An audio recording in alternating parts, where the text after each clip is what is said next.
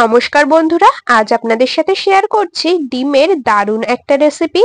একঘেয়ে ডিমের রেসিপি খেতে খেতে ভালো না লাগলে এই ইউনিক রেসিপিটা একবার বাড়িতে বানিয়ে দেখতে পারেন। প্রত্যেকেই ভীষণ পছন্দ করবে। গরম গরম ভাত, রুটি, পরোটা যে কোনো কিছুর সাথে ডিমের এই রেসিপি খেতে দারুণ লাগে। রেসিপিটা তৈরি করার জন্য সবার প্রথমে একটা বাটির মধ্যে ডিম ভেঙে নিচ্ছি। আমি 3টে ডিম দিয়ে রেসিপিটা তৈরি করব, সেই কারণে 3টে ডিম ভেঙে নিচ্ছি। আপনারা চাইলে এর থেকে বেশি পরিমাণে ডিম দিয়েও রেসিপিটা তৈরি করতে পারেন, আবার কম পরিমাণে ডিম দিয়েও রেসিপিটা তৈরি করতে পারেন। তো 3টে ডিম বাটির মধ্যে ভেঙে নিয়েছি। এর মধ্যে পরিমাণ মতো দিয়ে দেব লবণ, আর লবণ দিয়ে ডিমগুলোকে খুব ভালো করে ফেটিয়ে নেব। ডিমগুলোকে আমি ভালোভাবে ফেটাতে থাকি। এই সময়টা কিন্তু আপনারা অবশ্যই আমাকে কমেন্টসে জানিয়ে যাবেন আপনারা কে কোন জায়গা থেকে আমার আজকের এই রেসিপিটা দেখছেন, তবেই না আমি আপনাদের কমেন্টসে ধন্যবাদ জানাতে পারবো। আপনাদের সাথে কথা বলতে বলতে এদিকে 3টে ডিম লবণ দিয়ে খুব ভালো করে ফেটিয়ে নিয়েছি। এখন এটাকে সাইডে সরিয়ে রাখবো। এদিকে ওভেনে একটা কড়াই বসিয়ে দিয়েছি। কড়াইটা খুব ভালো করে গরম করে নিয়ে তার মধ্যে দিয়ে দিলাম পরিমাণ মতো সর্ষের তেল। চাইলে আপনারা এখানে সর্ষের তেলের পরিবর্তে কিন্তু সাদা তেলও ব্যবহার করতে পারেন। তেল দিয়ে তেলটা খুব ভালো করে গরম করে নিয়েছি। এখন এর মধ্যে ফেটিয়ে রাখা ডিমগুলোকে দিয়ে দেব। ডিম কড়াইতে দিয়ে মোটামুটি এইরকম ভাবে 8 থেকে 10 সেকেন্ডের মতো ছেড়ে দেব। ডিমটা নিচ থেকে একটু শক্ত হয়ে এলেই একটা স্প্যাচুলা বা খুন্তির সাহায্যে খুব ভালো করে নেড়ে চেড়ে নেব। ডিমটাকে আমাদের ভুজিয়া বানিয়ে নিতে হবে, একদম গুঁড়ো গুঁড়ো করে এটাকে ভেজে নেব। বেশ কড়া করেই কিন্তু ভেজে নেব, যাতে ডিমের আষ্টে গন্ধটা চলে যায়। এই সময়টা বন্ধুরা গ্যাসের ফ্লেমটা আমি মিডিয়াম টু হাইতেই রেখেছি। আর এইরকম ভাবে মোটামুটি 3 থেকে 4 মিনিটের মতো ভুজিয়াগুলোকে ভেজে নিয়েছি। এর থেকে আর বেশি ভাজবার দরকার নেই। দেখুন বেশ সুন্দর করে ভেজে নিয়েছি। এখন এগুলোকে একটা পাত্রের মধ্যে তুলে রাখবো। ডিমের ভুজিয়াগুলোকে যতটা সম্ভব ছোট ছোট করে তৈরি করে নেবেন, তাহলে রেসিপিটা খেতে বেশি ভালো লাগবে। তো এদিকে আমি ভুজিয়াগুলোকে একটা প্লেটে তুলে নিলাম।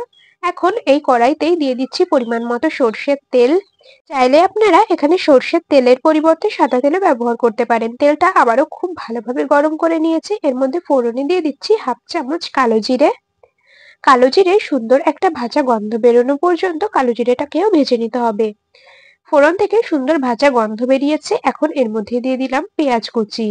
দেখুন এরকম একটা ছোট বাটির 1 বাটি পেঁয়াজ কুচি দিয়েছি। মানে এখানে ওই মোটামুটি মিডিয়াম সাইজের পেঁয়াজের 4টে পেঁয়াজ কুচি এর মধ্যে দিয়েছি।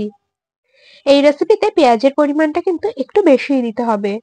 তো এখানে পেঁয়াজগুলোকে হালকা একটু নেড়ে চেড়ে নিচ্ছি। আর পেঁয়াজটা যাতে তাড়াতাড়ি সফট হয়ে যায়, সেজন্য এর মধ্যে সামান্য একটু দিয়ে দেবো লবণ। এতে করে পেঁয়াজটা খুব তাড়াতাড়ি সফট হয়ে যাবে আর পেঁয়াজে বেশ সুন্দর একটা রং ধরবে। পেঁয়াজের গায়ে গোল্ডেন ব্রাউন রং আসা পর্যন্ত কিন্তু পেঁয়াজ কুচিগুলোকে ভেজে নেব, তবে খুব বেশি লাল করে ভাজবার একদমই দরকার নেই। পেঁয়াজগুলো ভাজা হতে থাকুক, এই সময় আমরা আরেকটা কাজ কমপ্লিট করে নিই। এদিকে দেখুন ছোট একটা বাটি নিয়ে নিয়েছি, আর এর মধ্যে 4 চামচ মেপে ওই 3 চা চামচের মতো নিয়ে নিয়েছি পোস্ত। এখানে ওই মোটামুটি 20 গ্রামের মতো পোস্ত রয়েছে। এর মধ্যে 4টে দিয়ে দিচ্ছি কাঁচা লঙ্কা। আপনারা নিজেদের টেস্ট মতো এখানে কাঁচা লঙ্কার পরিমাণটা কম বেশি করে নিতে পারেন। আমি 4টে কাঁচা লঙ্কাই নিয়ে নিয়েছি, আর এর মধ্যে অল্প অল্প করে জল দিয়ে শিলনোড়াতে একদম মিহি করে বেটে নেব। আপনারা চাইলে মিক্সিতে দিয়েও কিন্তু বেটে নিতে পারেন, তবে আমি শিলনোড়াতেই বেটে নিচ্ছি। তো বন্ধুরা দেখুন কাঁচা লঙ্কা আর পোস্ত দানা একদম মিহি করে একটু জল দিয়ে দিয়ে বেটে নিয়েছি। আর দেখুন বাটাটা কিন্তু একদমই মিহি করে বাটতে হবে। পোস্তদানা আর কাঁচা লঙ্কা এরকম মিহিভাবে বেটে নেবেন, সেই শিলে হোক অথবা মিক্সির জারে। এখন এই বেটে রাখা মশলাটাকে সাইডে সরিয়ে রাখবো। আবারও আমরা চলে যাব ওভেনের কাছে। এদিকে দেখুন পেঁয়াজগুলো কিন্তু সুন্দর করে ভাজা হয়ে গেছে। এর থেকে আর একদমই বেশি ভাজবার দরকার নেই। এরকম গায়ে একটু বেশ গোল্ডেন ব্রাউন কালার আসা পর্যন্ত ভেজে নিলেই হবে। এখন এর মধ্যে ডিমের ভুজিয়াগুলোকে দিয়ে দেব। আর সমস্ত কিছু খুব ভালো করে নেড়েচেড়ে মিশিয়ে নিতে হবে। এইরকম ভাবে ডিমের ভুজিয়াগুলোকে দিয়ে মোটামুটি আরো 2 মিনিটের মতো গ্যাসের ফ্লেম মিডিয়ামে রেখে ভেজে নেব। ডিম ভুজিয়াগুলো পেঁয়াজের সাথে খুব ভালো করে ভেজে নিয়েছি। এর থেকে বেশি ভাজবার দরকার নেই, মোটামুটি 2 মিনিটের মতো ভেজে নিলেই হবে। এখন এর মধ্যে দিয়ে দিচ্ছি পোস্ত আর কাঁচা লঙ্কা বাটা। আর এই পোস্তর বাটিটাকে ধুয়ে 1 বাটি দিয়ে দেব জল। ব্যাস এখন সমস্ত কিছু খুব ভালো করে আবারও একসাথে মিশিয়ে নেব। বেশ ভালো করে কিন্তু এখন কষিয়ে নিতে হবে। এক্সট্রা যা জল দেওয়া হয়েছে জলটা পুরোপুরি শুকিয়ে আসা পর্যন্ত আর তেল ছাড়া পর্যন্ত এটাকে আমাদের রান্না করে নিতে হবে। এখন এর মধ্যে দিয়ে দিচ্ছি স্বাদ মতো লবণ আর দিয়ে দেব পরিমাণ মতো হলুদ গুঁড়ো। অবশ্যই নিজেদের টেস্ট অনুযায়ী কিন্তু এখানে লবণটা দেবেন। লবণ আর হলুদ গুঁড়ো দিয়ে খুব ভালো করে আবারও মিশিয়ে নিচ্ছি। এই সময়টা প্রতিদিনকার মতো আজও আপনাদের সাথে একটা কথা শেয়ার করে নিই। আমার আজকের এই রেসিপিটা আপনারা যদি ইউটিউব চ্যানেল থেকে দেখে থাকেন তবে চ্যানেলটি সাবস্ক্রাইব করে বেল নোটিফিকেশন অলে সেভ করে রাখবেন, আর যদি ফেসবুক পেজ থেকে দেখে থাকেন তবে পেজটিকে ফলো করে রাখবেন এইরকম আরো দারুণ দারুণ রেসিপির আপডেট সবার আগে পাওয়ার জন্য। এদিকে বন্ধুরা লবণ হলুদ দিয়ে খুব ভালো করে মিশিয়ে নিয়েছি। এখন দিয়ে দিচ্ছি ওই 3 থেকে 4টে চেরা কাঁচা লঙ্কা। কাঁচা লঙ্কাগুলোকে দিয়ে দিয়েছি। গ্যাসের ফ্লেম মিডিয়াম টু লোতে রেখে একটা ঢাকা দিয়ে মোটামুটি 5 থেকে 6 মিনিটের মতো ঢেকে দিলাম। লো ফ্লেমে ঢাকা দিয়ে 5 থেকে 6 মিনিটের মতো রান্না করে নিয়েছি।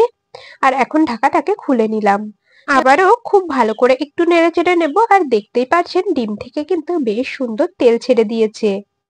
তো এরকম ভাবে একটু নেড়েচেড়ে রান্না করে নিচ্ছি। আর দেখুন এখনই কিন্তু রেসিপিটা দেখতে কতটা লোভনীয় লাগছে।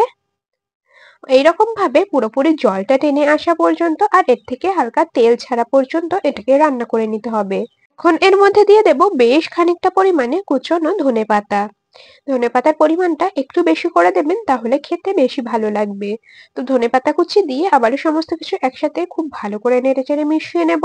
বন্ধুরা ডিমের এই রেসিপি আপনারা আগে কখনো বাড়িতে বানিয়ে খেয়েছেন কিনা অবশ্যই কিন্তু আমাকে কমেন্টসে জানিয়ে যাবেন। যদি কখনো না খেয়ে থাকেন তবে একবার বাড়িতে বানিয়ে দেখতে পারেন। এই রেসিপি একবার খেলে ডিমের অন্য কোনো রেসিপি আর ভালো লাগবে না, কারণ রেসিপিটা এতটাই সুস্বাদু হয় আর বানানোতে ভীষণ সোজা। হাতে মোটামুটি 10 থেকে 15 মিনিটের মতো সময় থাকলেই বানিয়ে নেওয়া যায়।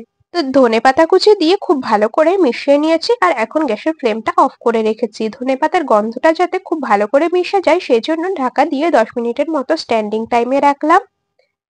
10 মিনিট মতো ঢাকা দিয়ে স্ট্যান্ডিং টাইমে রেখেছিলাম। আর এখন ঢাকাটা খুলে নিয়েছি।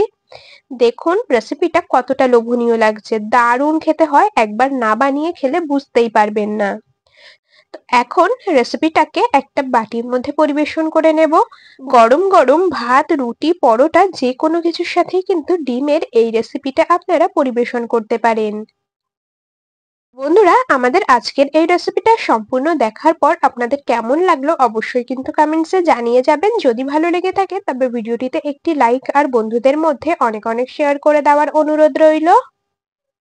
আমাদের আজকের এই রেসিপিটা সম্পূর্ণ দেখার জন্য আমার সকল বন্ধুদেরকে অসংখ্য ধন্যবাদ জানিয়ে আজ এখানেই শেষ করছি। আবার দেখা হবে পরবর্তী কোনো রেসিপির সাথে। ততক্ষণ সকলে ভালো থাকবেন, সুস্থ থাকবেন।